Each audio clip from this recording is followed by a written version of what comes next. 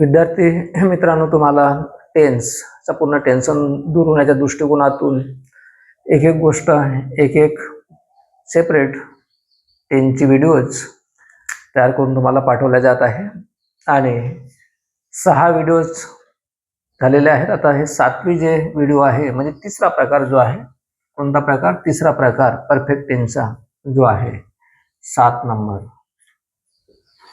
ज्याला आपण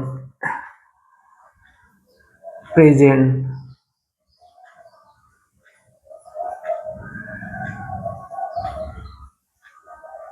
perfect tense, present हा परफेक्ट टेन्स, पूर्ण वर्तमान काळ, पूर्ण वर्तमान काळ, कंटिन्यूस चालू, सिंपल साधा, परफेक्ट पूर्ण, पूर्ण वर्तमान काळ. पहा, याच्यामध्ये सूत्र म्हणजे रचना,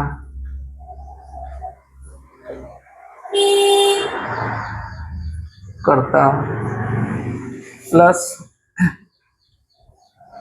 हॅवचे रूप घ्यायचे तुम्हाला. हॅव, हॅज वर्तमान काळ असल्यामुळे हॅव हॅज येणार आणि हॅव हॅजच्या नंतर क्रियापदाचा तिसरा रूप. तुम्हाला क्रियापदाचा V1, V2, V3 ING form असे मूळ क्रियापदाचे दुसरा, तिसरा, चौथा असे 4ही शब्द तुम्हाला तोंडपाठ असायला पाहिजे टेन्स शिकण्यासाठी. आणि त्यासाठी सुरुवातीला मी 5 गोष्टी आवश्यक आहेत टेन्स शिकण्यासाठी त्या सांगितलेल्या आहेत.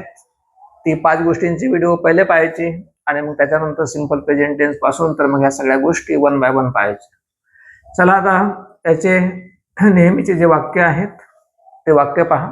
एकदम सोपी वाक्य म्हणजे तुम्हाला तेच वाक्य करायला सोपे होतील. पहा, पहिला जो वाक्य आहे, आय सोबत काय येणार? आय सोबत हॅव. आय हॅव रिटन, राईटचा आपण पहिले राईट, रोट असे पाहिलेले शब्द आहेत. रायटिंग. आता इथं हॅवच्या नंतर रिटन, रिटन लेटर लिहा, पत्र लिहा, नॉवेल लिहा, पुस्तक लिहा, काय लिहा. I have return. मी लिहिलेलं आहे. आय हॅव रिटन, मी लिहिलेलं आहे. दुसरा, वी हॅव रिटन, आम्ही लिहिलेलं आहे. आम्ही लिहिलेलं आहे. नंतर you have return.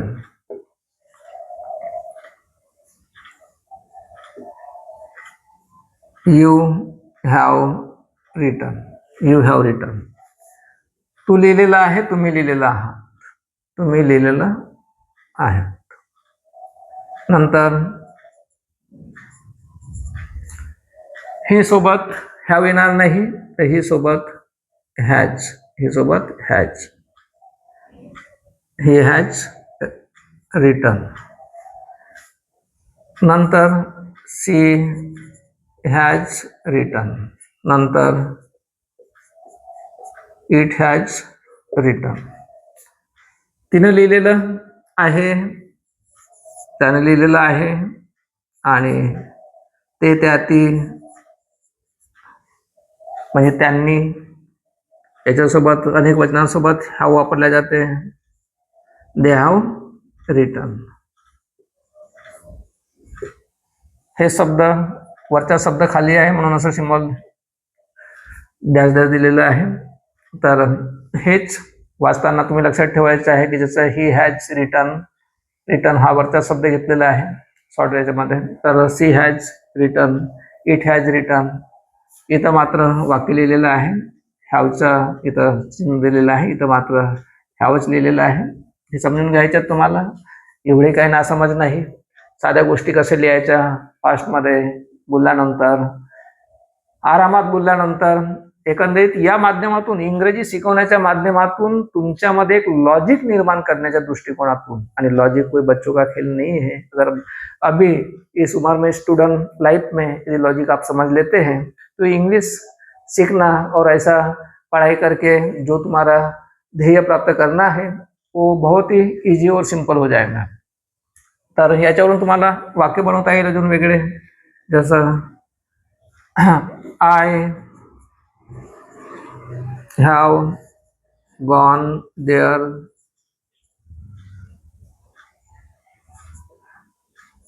he has come here, he has gone there, तो तिथे गेलेला आहे. Sorry, I have gone there, मी तिथे गेलेला आहो, मी तिथे गेलेला आहे. ही हॅज कम हिअर, तो इथे आलेला आहे, तो इथे आलेला आहे बाजूला बसलेला इथं आलेला आहे. नंतर शी हॅज डन धिस, तिने हे केलेलं आहे. नंतर वी हॅव, हे शब्द तोंडपाठ असायला पाहिजे. कोणत्या शब्दांसोबत हॅज वापरायचा, कोणत्या शब्दांसोबत हॅव वापरायचे, तोंडपाठ असायला पाहिजे, यासाठी सराव करायचा आहे. तर we have gone to school, आम्ही शाळेत गेलेलो आहोत. नंतर आय हॅव पास्ट, मी पास झालेलो आहे. नंतर ही हॅज फेल, तो नापास झालेला आहे. अशा पद्धतीने तुम्हाला अनेक वाक्य, हे नेहमीचे वाक्य, त्याच्यावरून तुम्हाला प्रत्येक टेन्समध्ये सोपं होईल करायला, समजायला. आणि त्याच्यानंतर हे वेगवेगळ्या प्रकारचे वाक्य, मी आलो आहे, मी केलं आहे, मी विचार केला आहे. जसं तो नापास झालेला आहे, 7 नंबरचा आहे.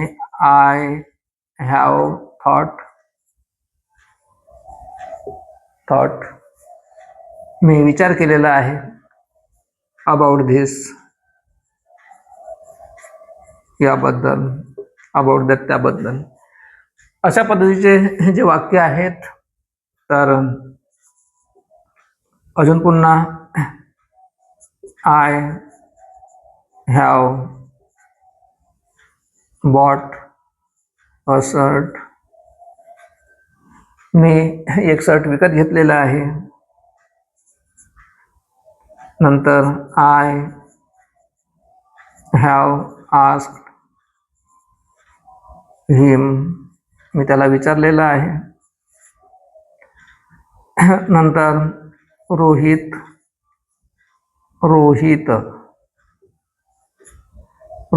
सोबत हॅज येणार, हॅव नाही. रोहित हॅज आस्क्ड मी, रोहितने मला विचारलेलं आहे. अशा पद्धतीचे वाक्य समजायला, शिकायला, करायला सोपी होतील तुम्हाला. प्रेझेंट परफेक्ट टेन्स, तर पूर्ण वर्तमान काळ, त्याच्यामध्ये सूत्र पहा. हे नेहमीचे वाक्य आणि हे वेगवेगळे वाक्य. अशा पद्धतीने तुम्हाला टेन्स शिकायचं आहे. 7वा टेन्स आहे, याच्यानंतर 8वा टेन्स पण, 9वा टेन्स पण.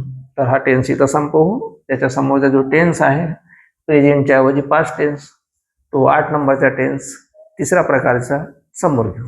चला.